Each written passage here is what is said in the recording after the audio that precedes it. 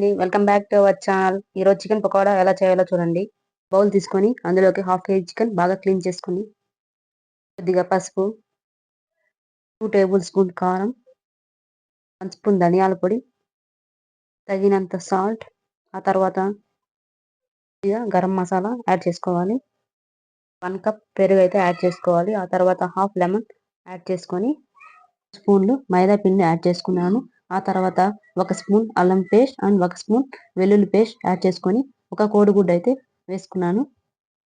Mix చేసుకున్న తర్వాత కొద్దిగా కలర్ పౌడర్ అయితే యాడ్ చేశాను.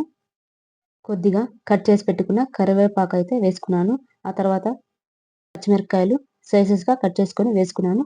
కొద్దిగా తెల్ల నువ్వులు అయితే వేసుకున్నాను. బాగా మిక్స్ చేసుకొని 1 అవర్ వరకు పక్కన పెట్టుకోవాలి. ఆ తర్వాత కడాయి తీసుకొని అందులోకి ఆయిల్ వేసుకొని బాగా వేడెక్కిన తర్వాత చికెన్ ముక్కలైతే వేసుకోవాలి. అవి బాగా ఫ్రై అయిన తర్వాత పక్కన తీసి పెట్టుకోవాలి. అంతే అండి, చికెన్ పకోడా అయితే రెడీ అయిపోయింది. నచ్చినట్టయితే లైక్ చేయండి, షేర్ చేయండి, సబ్స్క్రైబ్ చేయండి. కింద ఉన్న బెల్ ఐకాన్ క్లిక్ చేయండి. కామెంట్ కూడా చేయండి. మీరు ఒకసారి ట్రై చేయండి ఫ్రెండ్స్. Bye friends. టేస్ట్ అయితే సూపర్‌గా వచ్చింది.